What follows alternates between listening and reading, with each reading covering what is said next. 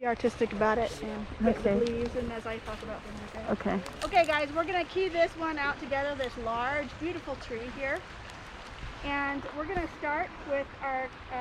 We all know this is a tree, right? We agree this is not a shrub. Yeah, so we're using key A for sure in our 2019 key. So the first couplet: needles broad or needle-like? Broad. Right? We're down here with this guy right here. Okay. Definitely broad. That's number 15. Okay, opposite or alternate?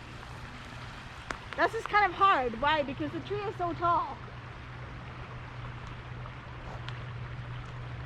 Yeah, I don't know. Alternate. Definitely alternate. Okay. So we're going to 20. Leaves deeply lobed with rounded lobes, or leaves not deeply lobed with rounded lobes? Not deeply low. Now, if you take a look at this, they kind of look like they're maybe a little bit lobed, but they're really not.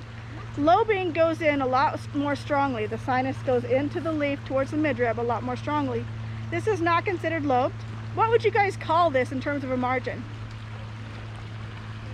Huh? Say it louder.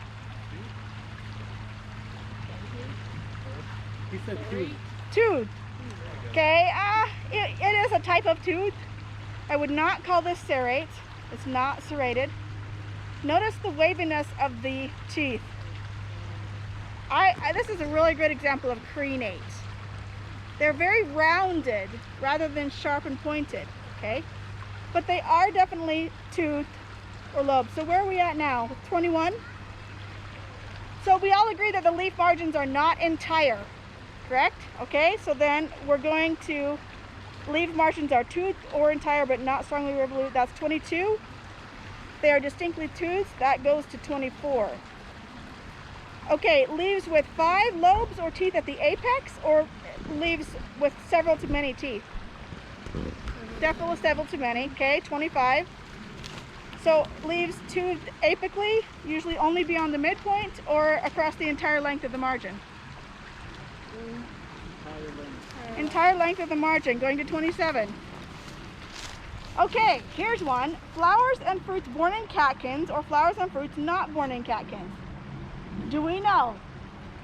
No. Why don't we know? For 2 reasons. Number 1, that's a really tall tree.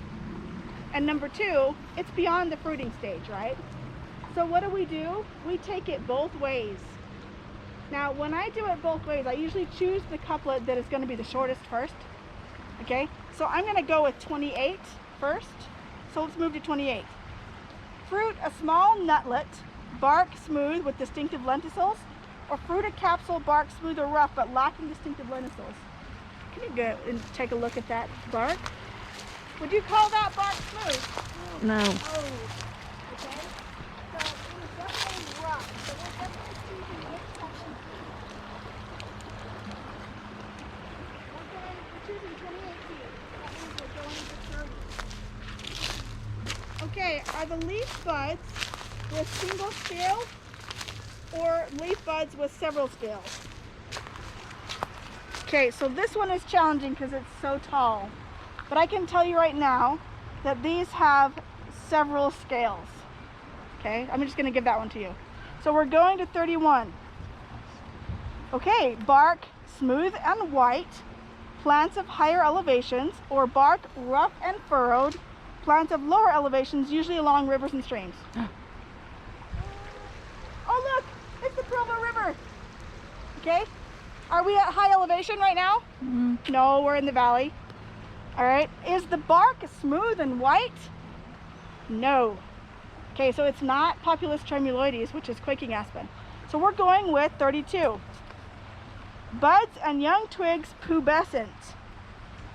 Versus leaf petioles flattened laterally, or buds and young twigs glabrous, leaf petioles terete or somewhat dorsiventrally flattened.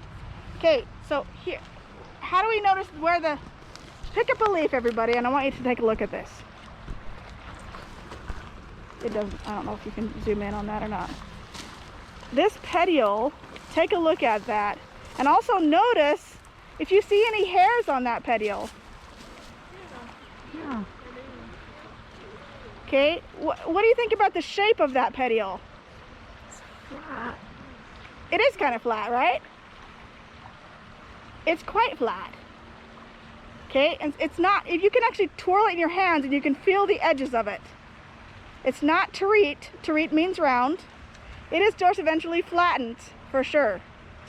So what does that give us then? And the buds and young twigs are pubescent, as are this petiole. So we are at what? Populus fremontii, Fremont cottonwood. Okay? Does anybody know the family? Salicaceae. Good. Okay, this is the Salicaceae is the family of the poplars and the willows. All right. Okay, so this is a really rather large and beautiful example of the Populus fremontii, Fremont's poplar. Okay, you can Or just turn it off right here at the top.